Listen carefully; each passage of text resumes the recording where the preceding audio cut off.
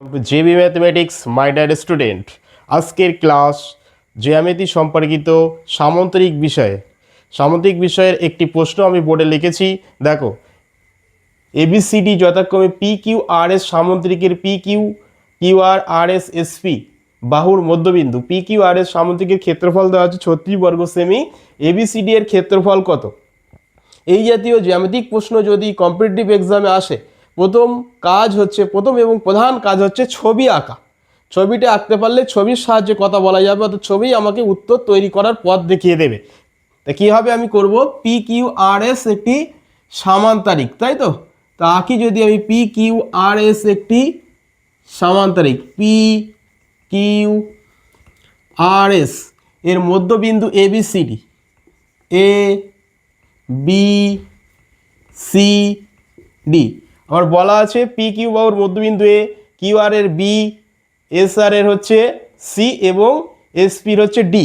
এই মধ্যবিন্দুগুলি যুক্ত করলে একটি ক্ষেত্রফল, একটা চিত্র পাচ্ছি আমি, জ্যামিতিক চিত্র।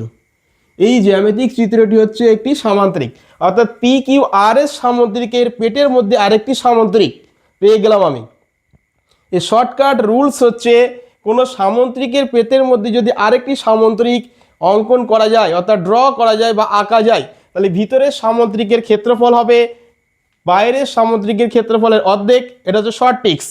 আর ভিতরের সামুদ্রিকের ক্ষেত্রফল যদি দেওয়া থাকে, তাহলে বড় সামুদ্রিকের ক্ষেত্রফল কত হবে? এর দ্বিগুণ।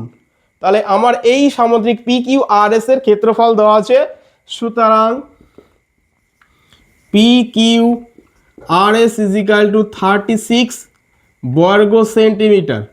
যেহেতু এই সামুদ্রিকটি বড় সামুদ্রিকের পেটের মধ্যে অবস্থিত, তাহলে এর ক্ষেত্রফল হবে এর অর্ধেক।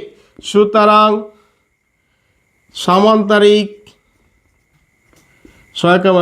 সামান্তরিক এ বি সি ডি এর ক্ষেত্রফল, এবিসিডি এর ক্ষেত্রফল কি হবে?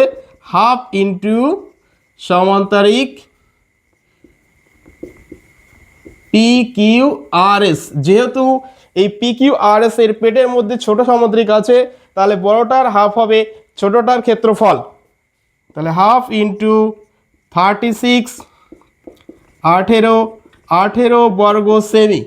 আমার সিমিলার প্রশ্নটি যদি ঘুরিয়ে দেওয়া থাকতো, যে এই সামুদ্রিকটি ভেতরের সামুদ্রিকটির ক্ষেত্রফল দেওয়া থাকতো, তাহলে বড় সামুদ্রিকটির ক্ষেত্রফল কত হতো?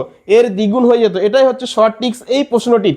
এই জাতীয় প্রশ্ন যদি পরীক্ষা আসে, তোমরা অবশ্যই প্যাটার্ন কমন পাবে এবং পরীক্ষার প্রশ্নটি খুব সহজে সলভ করে দেবে। Thank you.